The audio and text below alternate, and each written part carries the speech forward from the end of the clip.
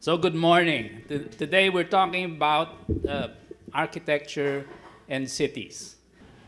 So this morning I have to start very quickly, and please tell me if I'm speaking too fast. We have 456 slides to go. I'm just kidding. Just half of that. We're talking about Philippine urbanism, past, present, future, and how it shapes our lives. We shape our architecture, we shape our cities, and they in turn shape us. So the lives that you live today are in large part affected by the way our cities are built or not built, and how bad or good they're put together. Next, please. Next. But first, I have to explain certain things to you, because a lot of people, when they hear that I'm a landscape architect, think that I can design their gardens. I am not a garden designer. But it's easier for me. I found out that you had a whiteboard, so it's easier for me to draw what these professions mean. I think the most common term in this presentation people understand is architecture, right? Everyone understands what architecture is? Your house is architecture. Your building is architecture. And all design, and I'm part of the professions of physical design, are based on the needs of a person or people. I'm sorry, I had only one cup of coffee, so my drawing skills are very poor this morning. But all design is based on the needs of people. And architecture is that profession that designs the shelters and the containers of the spaces where people live, work, and play. That's architecture. What is landscape architecture? Between the buildings, between the architecture, is all of this space. The thing with architecture in the Philippines, marami tayong magagaling na arkitekto. World-class nga yung mga gusali na dinidesign nila.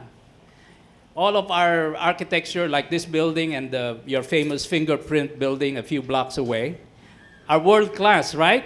The only problem is once you step out of the building, you get run over.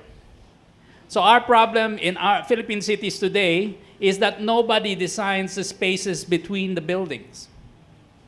So these spaces and these buildings comprise a district. These districts are designed by landscape architects and urban designers.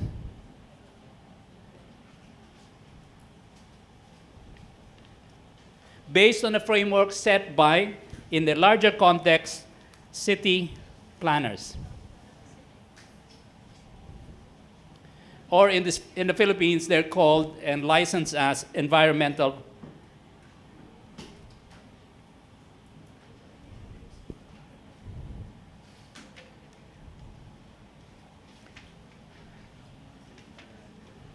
So it's a difference of scale and scope from the smallest scale to the next larger scale to the biggest scale.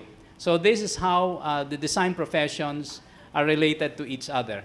And one cannot have a complete or good designed, well-designed city unless you have the collaboration of all of these professions, along with, of course, the civil engineers and, of course, public administrators. Because the only reason all of this can work is because, or if our towns and cities are well governed. And there's the rub. Our problem is governance. We have very good designers, but unless our towns and cities, our mayors and all of our government officials at the local and national level are competent and work together, then we can't build good cities. And that's the end of my lecture. No. We have to start from the very beginning. This is a book that I had bought a few years ago in Malaysia and Singapore. Has anybody here been to Malaysia and Singapore? Raise your hand. Everyone? A lot of people, right? Ang ganda ng Kuala Lumpur, ang ganda ng Singapore. They made a book as a guide for other countries and cities on how to design the tropical garden city, its creation and maintenance. And the first image, as you open the book, on top, that's Kuala Lumpur, and they had to select a city that was not good. Guess what city they chose, or what country? No awards to anyone because it's so obvious to us that is where we live. So we are the poster boy for how not to build cities. We have to change that. We have to shame our government officials, except that they have no shame. Next, please. We have to take matters into our own hands as citizens. We have to fight for the right for good cities, not just good architecture, but good cities, good districts, and even good campuses. So this is the reality of today. This is Metro Manila. We are here. If you notice, that's Rizal Memorial, right? In literature, in New York, they say the city is made of a million stories. Well, this city is made of 15 million stories. During the day, 15 million people are in the 16 cities and one ridiculous town that produces duck eggs of Metro Manila, right? But you notice, you don't have any more centers. You don't know where the center of Metro Manila is. You don't have the plazas and open spaces or any place that you can relate to because of the failure to follow any rational and comprehensive plan for development. And I'll show you the history of what happened. Next, please. Most of our settlements in the Philippines were riverine or littoral. That means coastal, by the sea or by the river. Because the archipelago of 7,500 islands, dati 7,107, ngayon adjusted na pala, 7,500. Of course, with climate change, it will become 5,000 na lang.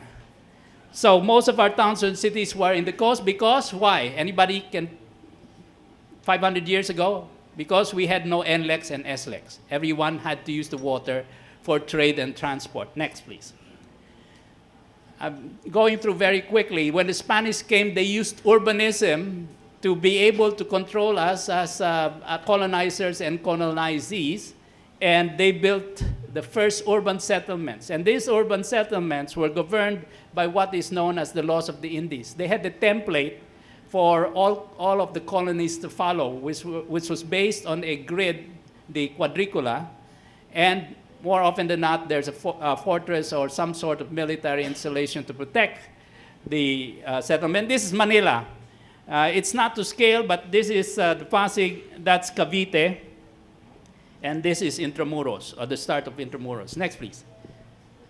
Of course, everybody recognizes this. This is Intramuros, this is the Pasig, this is the coast, the Manila Bay, before it was reclaimed. But the five sides of Intramuros, within it is a grid of streets where the buildings are built, focused on several open spaces we know as plazas. In fact, all of the towns and cities in the Philippines, at least the older ones, grew from the central area or the Plaza Mayor or the city or town plaza surrounded by the edifices that showed the power of the church and the crown at the time, surrounded again by the homes of the rich and the elite, and then onwards to everybody else. And of course, those outside the walls are have the least rights. Next, please. So this is an image, an aerial picture of Intramuros already in the American period, but just to show that the original Manila grid was filled out in the 19th century. And at that point, very interesting to note that the population of Manila was 250,000 people only, compared to today's 15 million. So there's a big change between 100 years ago or 150 years ago and today. Next, please. So the plaza is the locus of all social interaction. It's a focus. Everybody went to the plaza. Why? Because they had no cell phones. They had to meet each other in these spaces and exchange their stories. The problem today is that we go on our cell phone because we cannot or do not have any more of these open spaces that are safe and well-maintained. So we turn into a different type of community. In the old days, we had communities of place. Today, because we don't have these physical places where we can interact, we become communities of interest. That means instead of communities of like-minded people or different-minded people, we become a community of likes, which is on the phone. And there are repercussions to that. Next, please. So what happened to Manila from the 16th century to the 19th century? It evolved. The grid was filled out. Still, we were following a pattern that made sense. And also, the scale and size of Manila was something that you could walk. In fact, today, if you took the trouble, you can visit the Manila Cathedral and actually walk all the way to Quiapo. Of course, I will not guarantee that you will survive, but at least you can walk it. Because in the old days, everybody respected each other and was not out to steal your cell phone again or your money. Next, please. So our towns and cities in the Philippines were developed according to this pattern, with Manila setting the model. The city of Cebu and all the other towns, all of them had quadriculas or grids. All of them had plazas. So if you go to your hometowns, you will still find, hopefully, some of these plazas still intact, unless it, of course, is a Jollibee. Next, please. And we had monuments. This is the, I'm having a senior moment.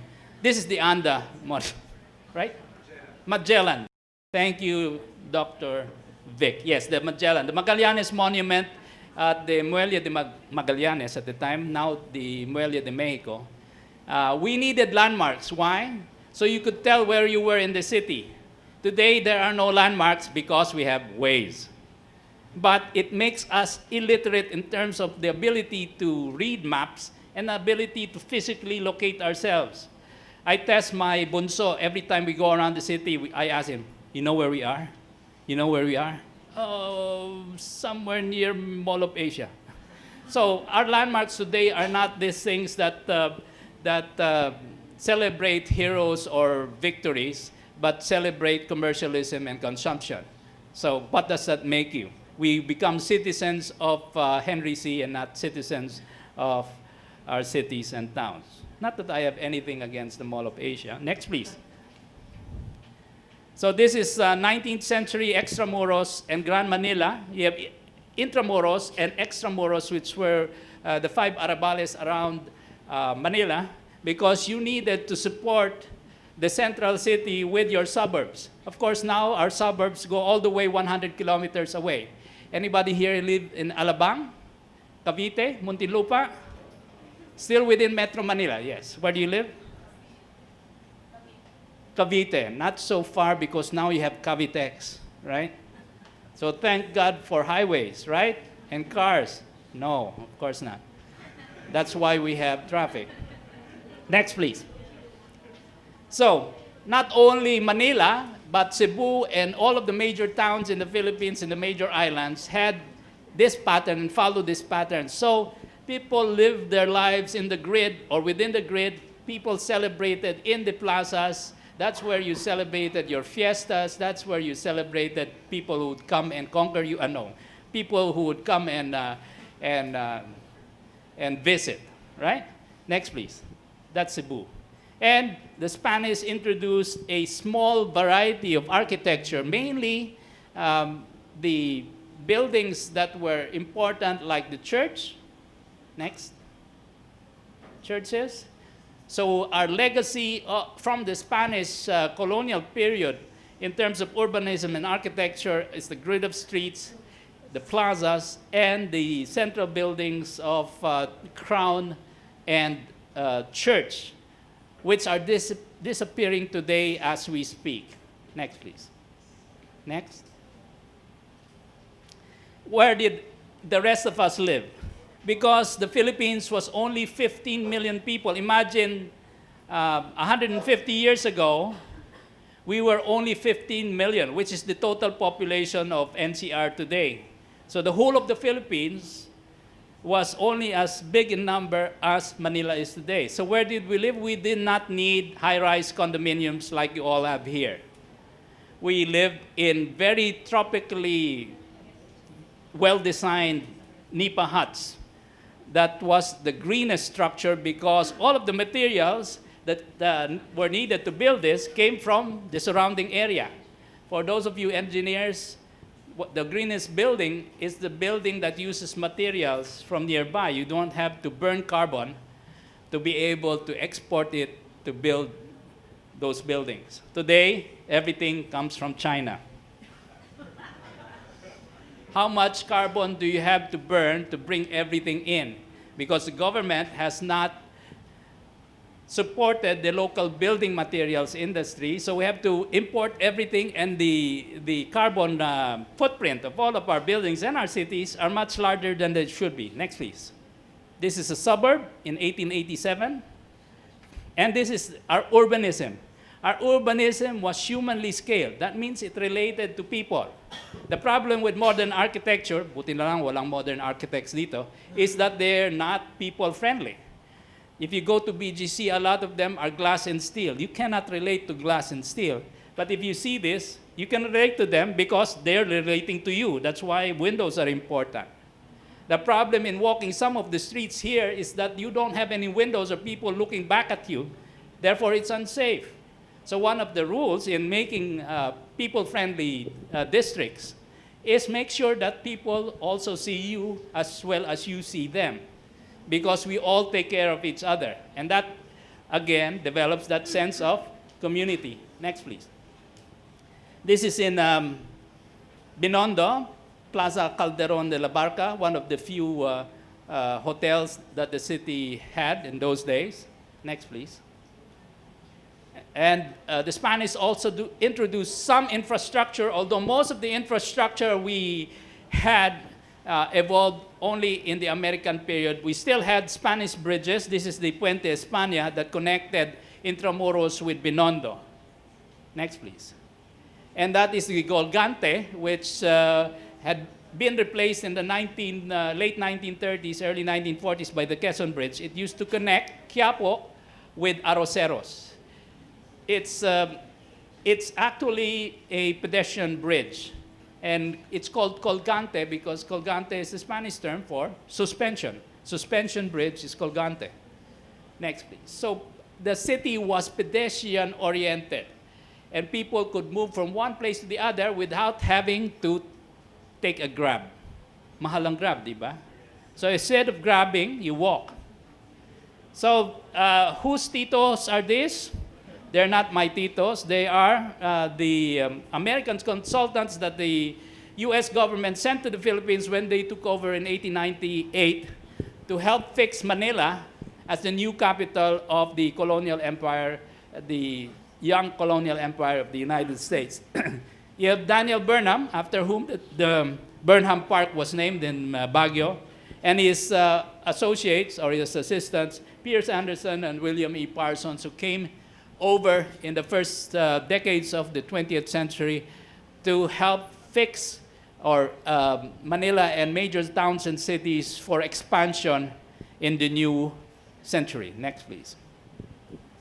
So Burnham came over and saw old Manila, and the Americans had aspirations of having a capital in the Orient that would extend their economic and political power. They had to create a city that was equal to that aspiration. So they asked Daniel Burnham, who's famous for designing Chicago and San Francisco and Washington, D.C., to create a plan for Manila. So it's wrong. Maraming nagtatanong sa akin, wala bang master plan on Manila? Actually, meron. In fact, in the late Spanish period, there was a master plan, followed by the American Burnham Plan, and then from that point, 10 more master plans. The only problem with our master plans is that they're never followed. And that's one of the reasons why we fail to build good cities. This master plan was based on what Burnham saw, which was the Intramuros. He did not recommend that this be bulldozed. He told the advisors and the US Congress, we must retain Intramuros and the old city because that's part of the legacy of the country. If you look at it, it's actually built by Filipinos anyway. So that's part of our legacy. And what he did was to build a modern city of 800,000 people around a central open space we now know as Rizal Park. So this was supposed to be our colonial center, and radiating away from it, much like Paris or Vienna, a city that was supposed to bring us into the 20th century. And this was done when? 1904. It was approved in 1905. So it's more than 100, or close to 110 years old, over 110 years old. Next, please. What's interesting is that it had an integrated transport system. Now, before the Americans came, we already had a tranvia system, which was trams pulled by horses. And the first franchise holder was a fellow named Sobel. So the Sobels ran the transport system, and it connected the central Manila, but Burnham expanded that system and included a system of radials and connectors, which was supposed to be able to make you be able to get from one end of the city to the other in about 20 or 30 minutes, much like Singapore is today. Today, it's 2 hours in any direction on a good day. Next, please.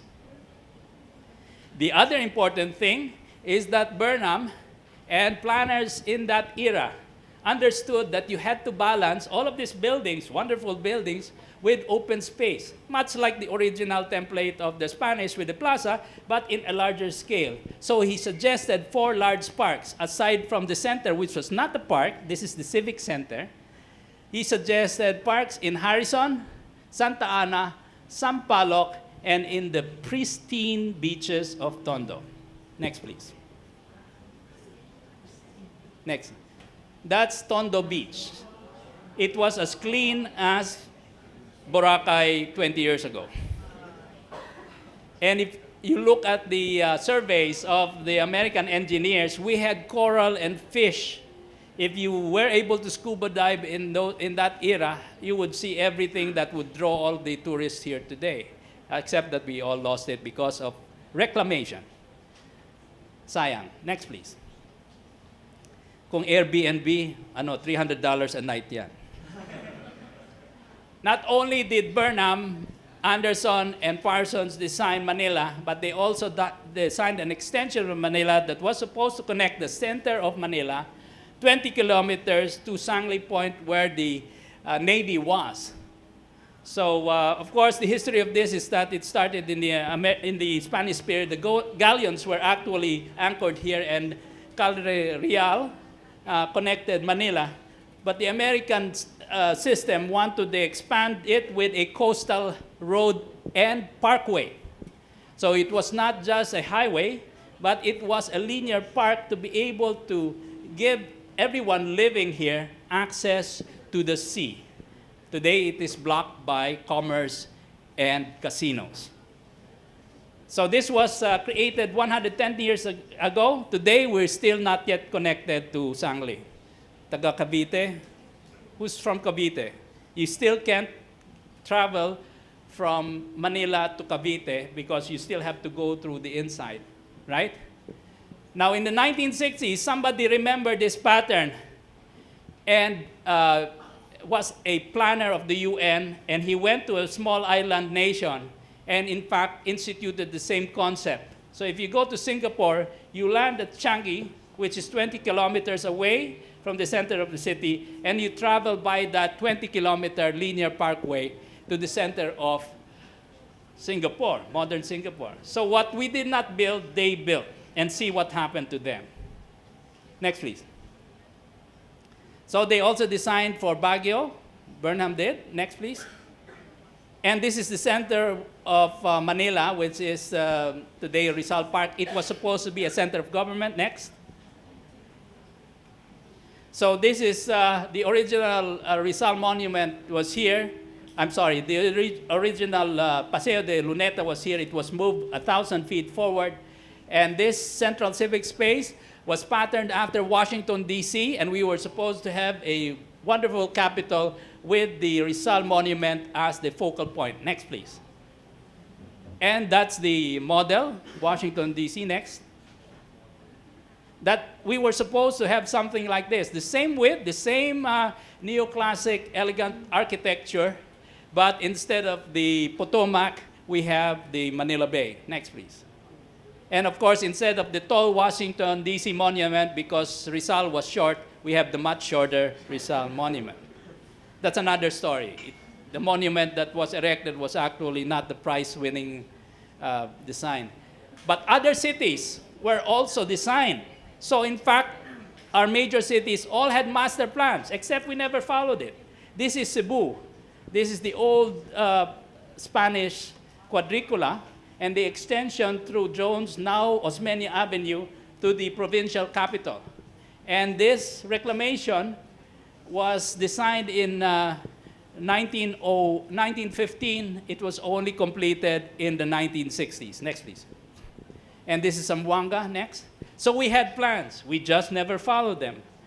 And all of our civic centers were very clearly defined and projected the power that we imbued to our leaders.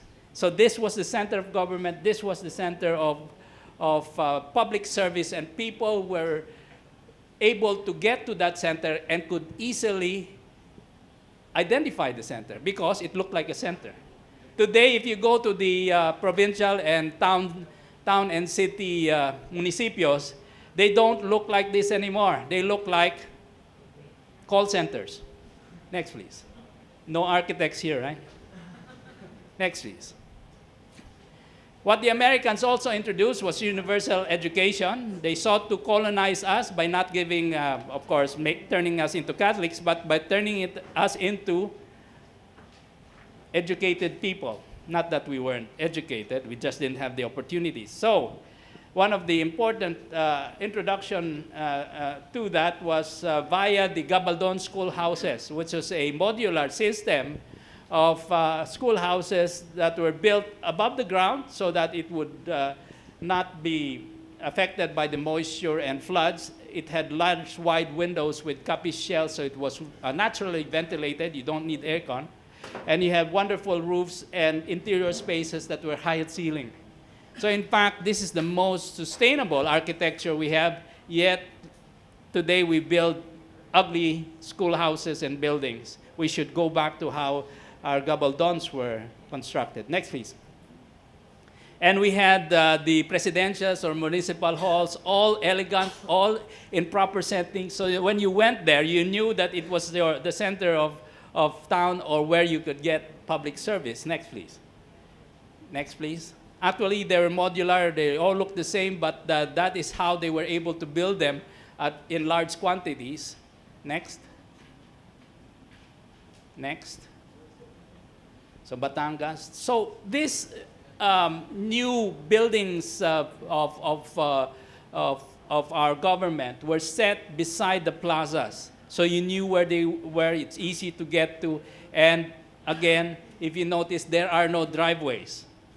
Today, everything has a driveway because they made sure that people could walk into these buildings. Next, please. This is in Laguna. Next. In Cebu. Next. And this is the Philippine Normal School. Next.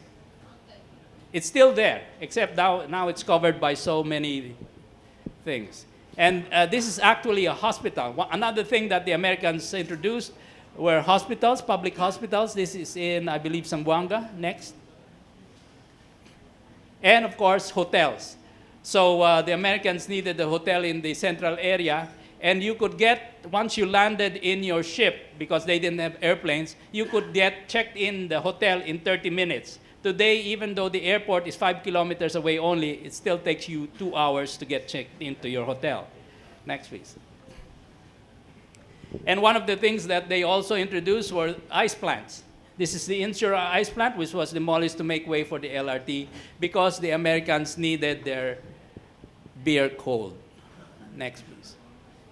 And they introduced large parks. This is the Mahan Gardens with the first zoo. There was a monkey there, or several monkeys. Next. And sanitation.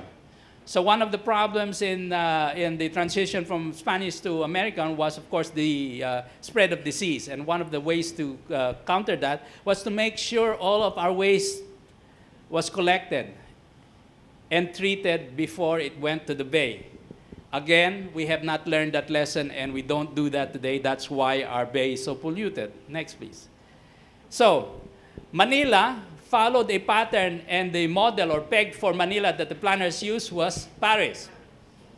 This is not Paris. This is Manila. Next, please. That's Paris. Can you go back? Can you go back, please? That's P. Burgos. That's a Mahan Gardens and the Metropolitan Theater. That's the legislative building now, the National Museum. And we had an electric-powered tram system run by Meralco that carried, at its peak, 7 million passengers a year. We did not need jeepneys. Although we did have them, most people traveled by tram or tranvia or walked.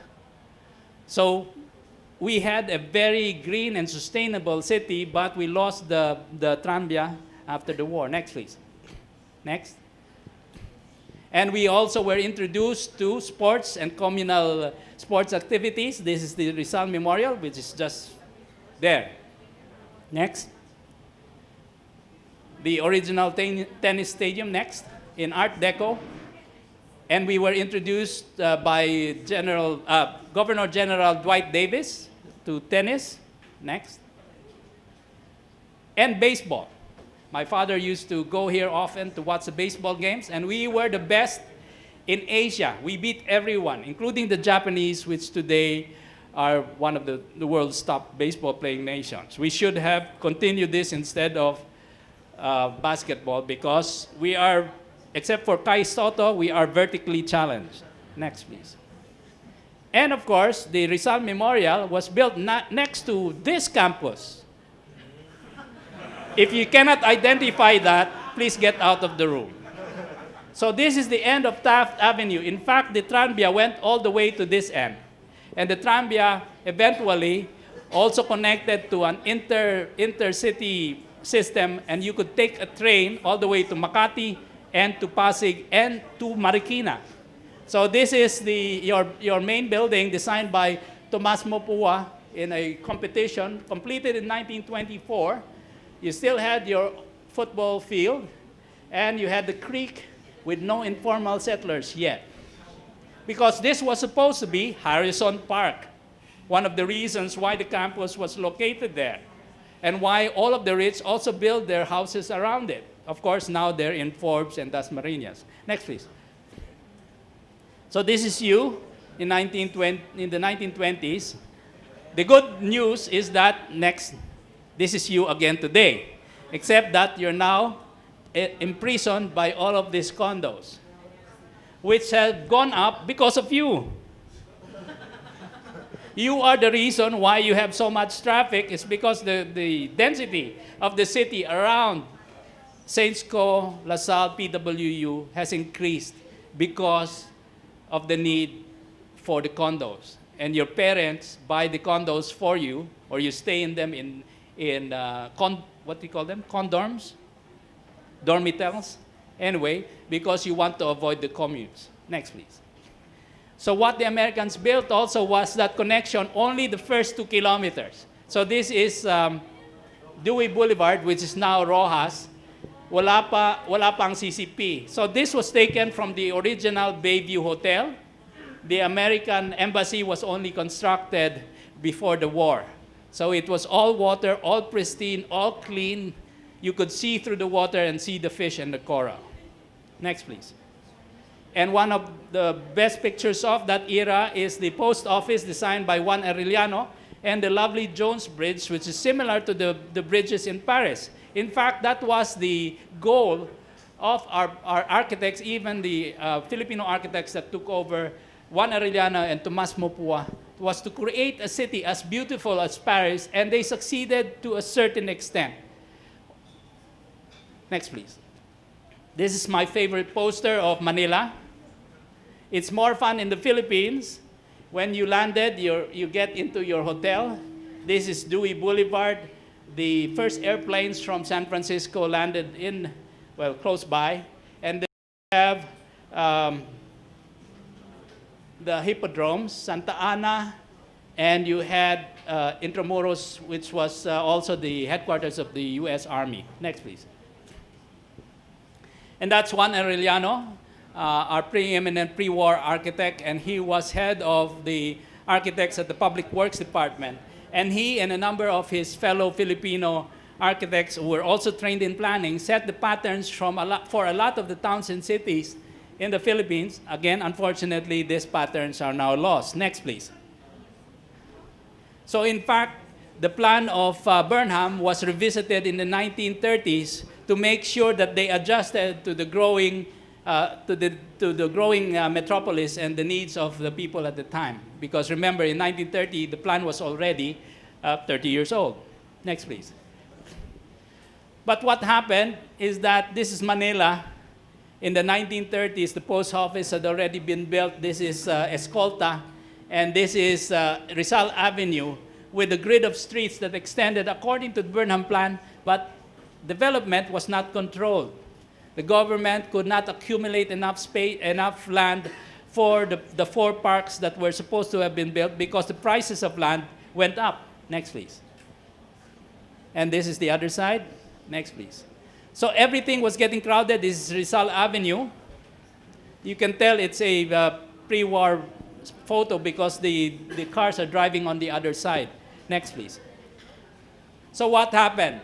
When we turned into a Commonwealth in 1935, Manila was already edging towards 500,000 and was getting very crowded. So government, including President Manuel Quezon, thought it best to transfer the capital inland. And his military advisors told him to transfer it 15 kilometers inland. And then they hired this because we did not have planners at the time. Juan Arellano was trained in architecture. They brought this guy, his name is Harry Frost, over in 1939 to create a plan for the new capital. Next, please. And he collaborated with Juan Arellano for the plan for Quezon City. This is Manila, the Burnham plan, and the goal was to move it 15 kilometers inland and create a brand new city, which was meant for when we were going to be given independence. So this was in preparation for the future Republic of the Philippines. Also because everything was getting crowded, and 15 kilometers, this radial, 15 kilometers, was the maximum range of battleship guns. They were afraid of the Germans and the Japanese who were cruising in the West Philippine Sea, then known as the South China Sea. And they were wary of anyone who could invade. Of course, they did not foresee airplanes. But they moved this capital over here, and it was connected by a central boulevard, eventually named Quezon, and a circumferential that we now know as EDSA. But the original name was not EDSA. The original name was 19 de Junio. Why? Anyone? Whose birthday is that? Rizal's birthday. Yes, next please. This is a detail of that plan. This plan, again another master plan. This was for Quezon City. This was designed in 1941. This is EDSA, or 19 de Junio. This is Quezon. And the center of government was supposed to have been built here in a large ellipse. So our government legislature was supposed to have been built in this 25-hectare ellipse. I don't call it an elliptical circle because that is redundant. It's an ellipse. Legislature, executive, the new Malacanang, now the veterans, and the justice, now the SSS.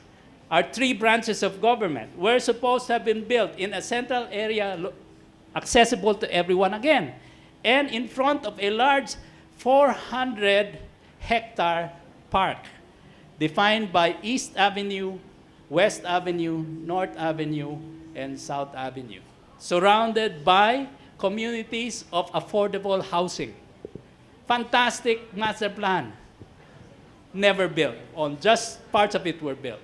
Why? Because of politics, but mainly because of something called World War II.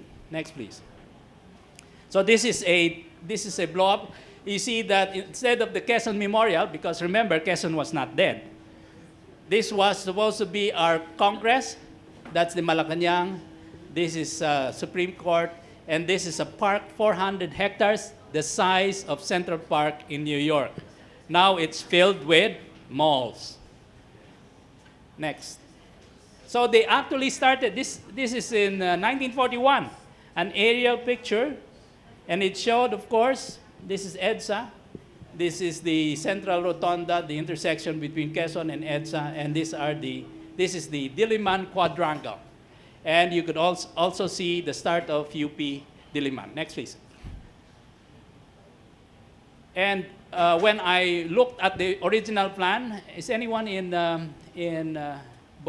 biology or anyone in that stream? Do we have biology in LaSalle? Anyway, I showed this in a conference with Mahar Lagmay of NIGS in UP. And we highlighted that in the 1941 plan, all of the esteros in Quezon City had wide easements of between 50 and 100 meters. And he said that if we had followed the 1941 plan, none of the flooding would have occurred during Ondoy. So the moral of the story is, if you fail to follow the plan, you're planning to fail. Because the plans and the advice of the planners were good, and they still are. Next, please. What happened was Second World War. This is the Philippine Army. Of course, they ran out of budget for their pants. Next, please. And what happened to all of the improvements, that wonderful city, at least some of the parts of that were built, it was destroyed in liberation. Of course, the fault lies in both the Japanese and American armies. Next, please. That's a bomb heading towards Intramuros. And what happened? The Jones Bridge, next, became that. Of course, the Americans, instead of giving us money to rebuild all of this after the war, they gave us independence, and we were happy. Next, please. So, we had a destroyed city, but we had democracy. A better country ruled by Filipinos like hell than a country ruled by Americans like heaven. But of course, now with Trump, that's not true. Next, please. That's Intramuros. So what happened after the war? They tried to resurrect the plan for Quezon City. Their military advisors told them that Diliman was too flat and would be overrun by armies. So they had to find an alternative location for the new capital of the Republic. Next, please. They actually set a committee to choose 16 different options, including Baguio, Cebu, Davao, Muntinlupa. And in fact, they also chose the geographical center of the Philippines as a possible site for the new capital. And that geographical center was right on the shores of a little-known island called Boracay. So we could have our capital in Boracay, but unfortunately, that did not happen. Imagine that. We would have the coolest capital in the world. And maybe it would not have turned into a cesspool. Next, please. Oh, no, before that. So what they did was, can you go back? They moved the Diliman Center. They kept the park and moved the government center to the what we know as the Batasan Hills. And the three branches of government were supposed to have been fronted by a large plaza called the Plaza of the Republic, 25 hectares. In front of it was a wide 99 meter wide avenue of the Republic linking the center of government with the North Diversion Road. And very importantly, all of Marikina was not to be developed because in 1949, in preparation for this plan, they already discovered the West Valley fault line. They knew that you shouldn't build here because it was already earthquake prone. And they knew that you had to contain urbanization well within this area to the left and not to the right. They did not follow the advice of the planners yet again. Next, please. I don't know. Why? The reason, somebody asked why. It's politics and it's greed. So, what happened to Intramuros? They tried to redevelop it as a modern city. Didn't work. There was no money, and it was full of informal settlers. Next, please. Who are these Titos? They are the Filipinos who took over the American planners. This is Angel Nakpil. This is Anselmo Alquinto. And that was their advisor, an American named Louis Croft. And they were the planners that picked up from the work of the Americans. Next, please. So what happened? They tried to redo the entire central area, which was devastated during the war. Of course, they had no money to do this. Next, please. And what did the government do? They tried to move the capital, but they had no money. They tried to build housing developments, and they did, with projects 1, 2, 3, 4, 5, 6, 7, 8, except that this was not enough for the growing population of the metropolis. So too little, too late, and with very deficiently built housing units. The roof was made of asbestos, which eventually we found to be poisonous. I grew up there, so I always have my health check every time. Next, please. So this is the housing of Phil Life. So housing became provided by private developers, which is true to this day. But it was only affordable by the upper middle class and the upper class. What happens to the rest of us? We become informal settlers. Next, please. And what happened to industry in Manila? It was thrown out of Manila. It went to EDSA, and this is in Mandaluyong. Today, this is Robinsons, and that's SM condominiums. Next, please. And this is, that's traffic on EDSA in 1955. I put this picture because, unfortunately, traffic on EDSA is about the same speed today. Next, please. So we have not progressed. So this is before Waze. This is what we had. This is on EDSA again. Next, please. And that's the boundary between Pasig and Quezon City. The temperature in Quezon City was actually very cool in the 1940s and 50s. It's 2 degrees cooler than Manila because we still had a lot of trees. Next, please. So what did the government do? Instead of trying to build more compact and connected cities, they fell prey to urban sprawl because they followed the American model of building in the surrounding areas because the land was cheaper, but they failed to provide the traffic infrastructure. That's why jeepneys and informal transportation still rules to this day. This is Project 3. That's Project 4. This is, I don't know, I think this is a small university that you don't like.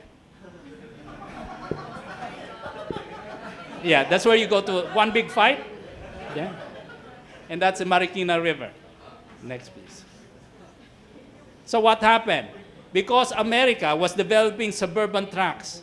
The reason America had all of these suburban developments is because they were afraid that the Russians would bomb them out of existence. So they had the Highway Act in the 1950s that built all the highways out of the cities, and that's where they built this suburban developments, the suburbs, or what we call the subdivisions.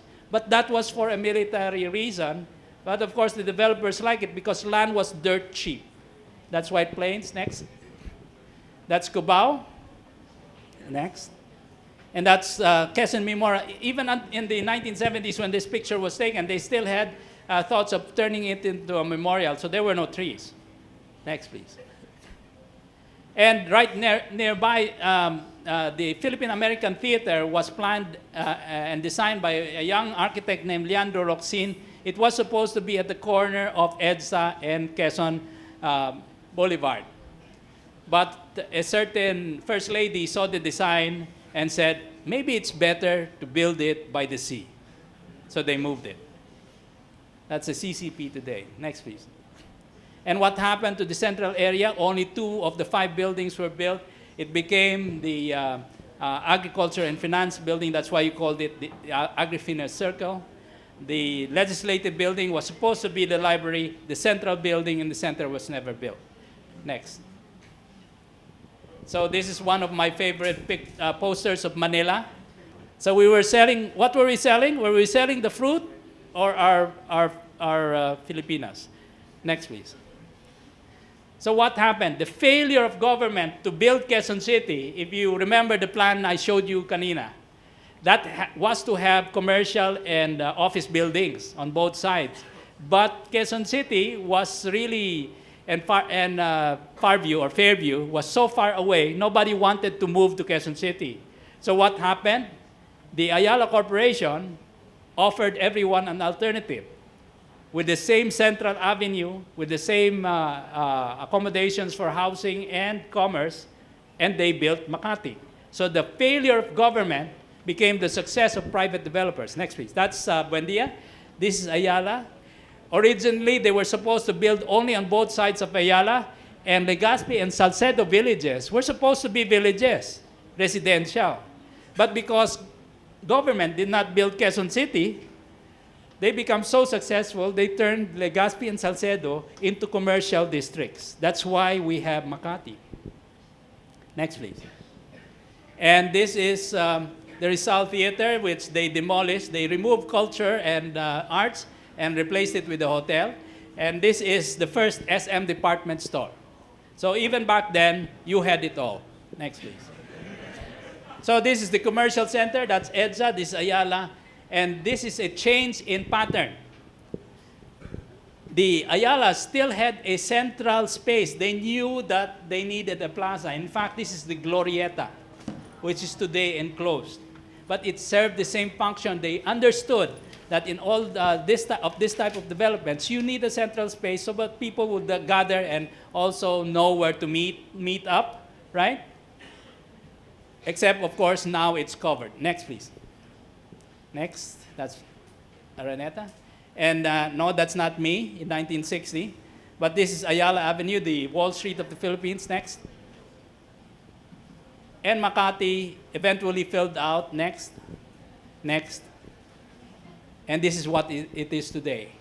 350 lots now occupied by buildings that originally were supposed to be between 6 and 12 stories, but because of greed, anyone from Ayala here? No one from Ayala? Because of greed, they went up to 30. I'll wrap it up very quick. So now the problem is not enough open space. What happens in an earthquake? Where would all of these people go? There's not enough space. There are parks, wonderful parks. In fact, we designed some of them. Next, please. So back in Manila, they tried to redo Manila because they lost out to Makati next. And they took out the cobblestones in Escolta and poured it with concrete because concrete was thought to be more modern than cobblestones. Next, please. Next, please. Next. So they tried underpass in Quiapo, which was even before Makati. Next. And the first LRT was supposed to be a monorail. Next, please. And the first reclamation was supposed to be between the CCP and the American embassy. Didn't happen. So what happened to the government center was never built in Batasan, only came in 1975. They tried to revive the National Government Center. Next, please. Next. So these are models of what was supposed to be our center government complex. Next.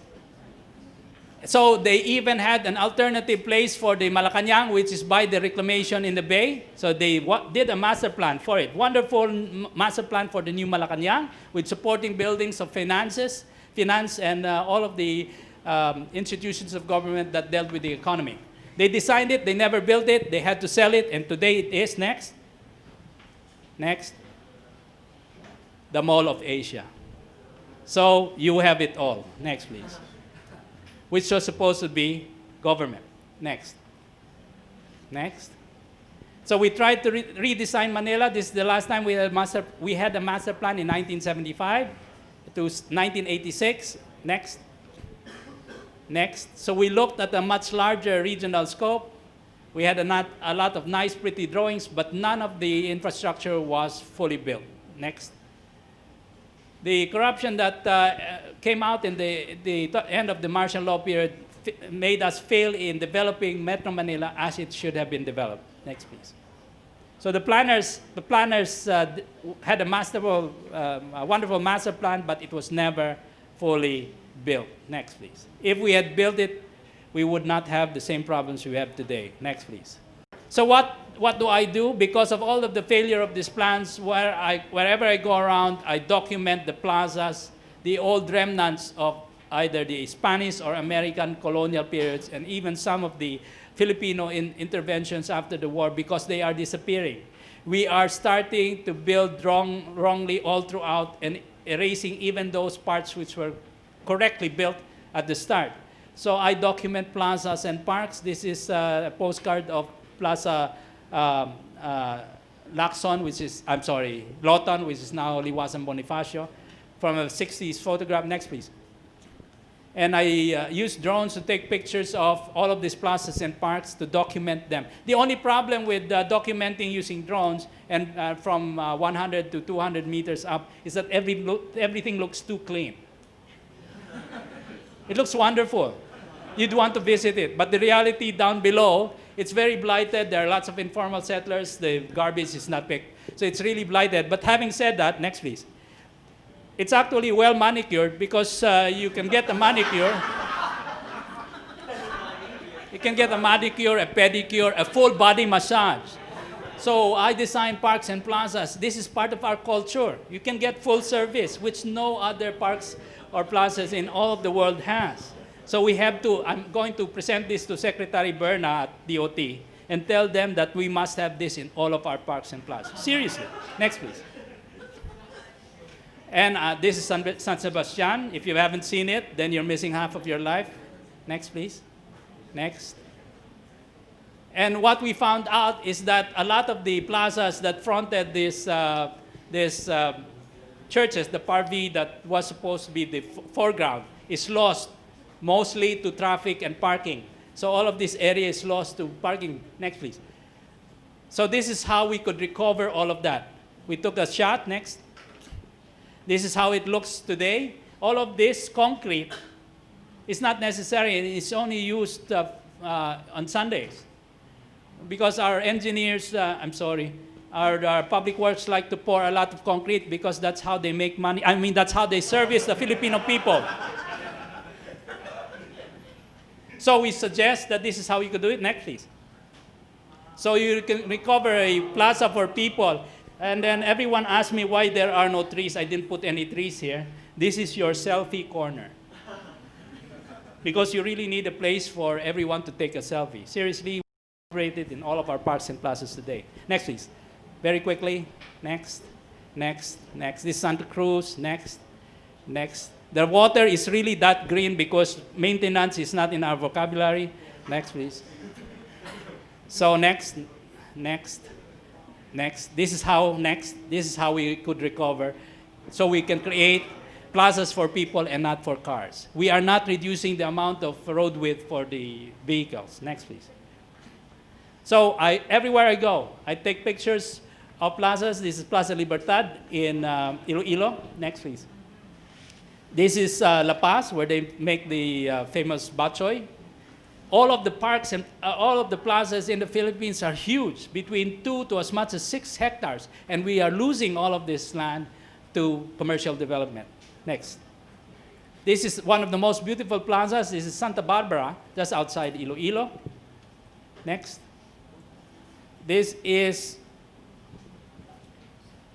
Dumaguete, Rizal Park. Next. Rizal Plaza. This is Dagupan. This is the old church. They built a new one, but they kept both. Next, please. This is vegan, of course. So it's important that we document them. Why? Because we need to conserve all of them. We need all of these open spaces because definitely all of these towns will become cities. And the danger is we'll lose all of these open spaces, which we need in today's regimen of climate change and disaster risk mitigation. You need all of that open space to absorb pollution, to have a refuge area, and to provide amenities and relief for all of our citizens who have just the buildings to live with. Next, please. This is Arroceros. Next, please. Next. And we are in danger of losing all of that. Next. The government has plans to turn this, next, into this, a gym. Oh, yeah. Next. Next. And then eventually it will become a tall building. Next, please. So this is Arroceros, what it is today, and very easily, with very minimal money invested in it, we could turn it into, next please, that, a linear park lot like we did in Iloilo. Next please. And that, we could turn into this, next. Next. That into this, next. This is the reality today. All of our towns and cities, Metro Manila and all the other metros, are becoming filled with structures with no relief or open space, no rational planning, no comprehensive transport system. That's why we have traffic. Next. So we try to address what we think as the problem of traffic. Next. That's our problem, but no, it's not a problem. This is just a symptom of the problem of a lack of an integrated transport system and pedestrian as well as bike lanes. Next, please. So this is how we try to fix traffic, by carpooling. Next, please. Next, please. And this is the reality of how our kids go to school. Next. Because they cannot walk on sidewalks which are not non-existent. Next. Next. This is why metro governance is problematic, because it's like Game of Thrones. Manila is 16 cities and 1 town, and none of the mayors talk to each other. Next, please. I think they all want to kill each other. We have no sidewalks. Next.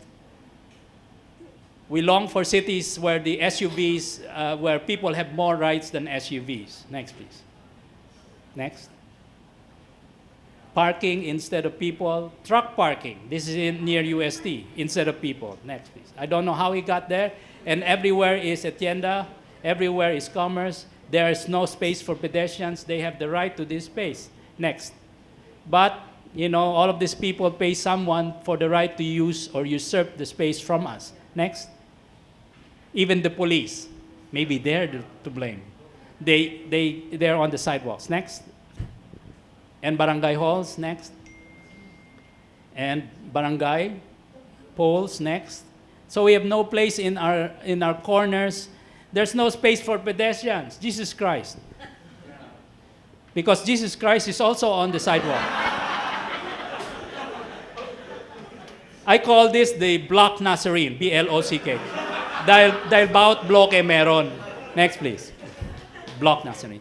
And Our Lady, Al Grotto's next. Next. Next. This is, next, that's Our Lady of Precas and Nuestra Señora de Rejas. Nobody speaks Spanish anymore. Next, please. So even the Avengers are on the sidewalks. How can you fight the Avengers? Kahit may Thanos ka, nandyan pa rin sila. Next, please.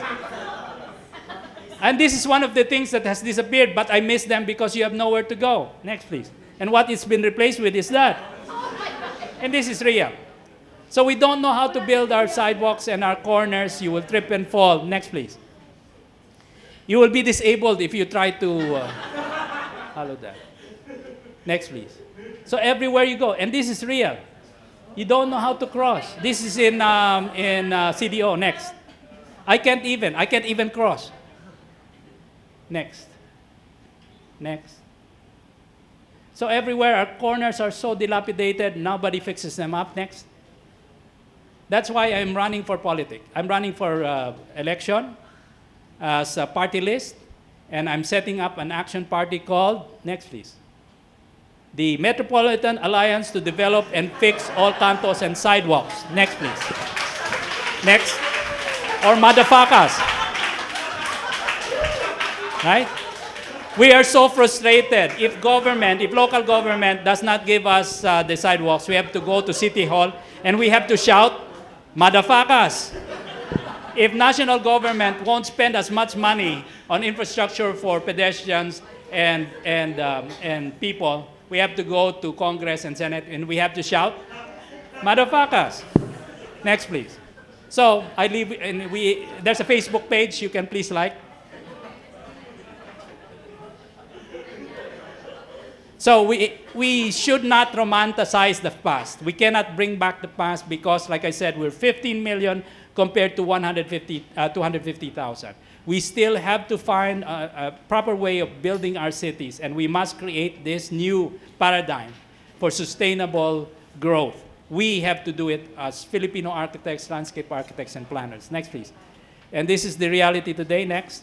And this is the reality that only open spaces are left. Our government, yet we sell this off to the highest bidder. That's the mental hospital.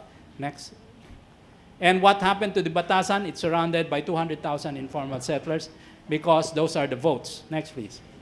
So finally, this is us today, surrounded by what is completely built up, very little open space. Next. We are here. We have some heritage left, but that may become a mall. Next. So we have to fight for the right to conserve our heritage, for the right to solve all our problems correctly in terms of urban design and planning. Next. Next. Next.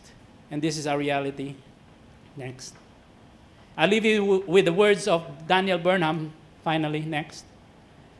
And that's the high ally which we lost to one of the mayors. Next. And this is the architecture of today, billboards. Next. So finally, let me leave you next with the words of Daniel Burnham. Make no little plans, they have no magic to steer men's blood and probably in themselves will not be realized. Make big plans, aim high in hope and work, remembering that a noble logical diagram once recorded will never die. And he wrote in his last letter to the officials of Manila, if this general plan for a capital of 8 million people is not satisfactory, a new plan should be made. But any plan once adopted should be rigidly adhered to, for unless this is done, that means unless we make plans, no plan will ever be carried out, and disorder will be the rule. So today, we have disorder. Thank you very much.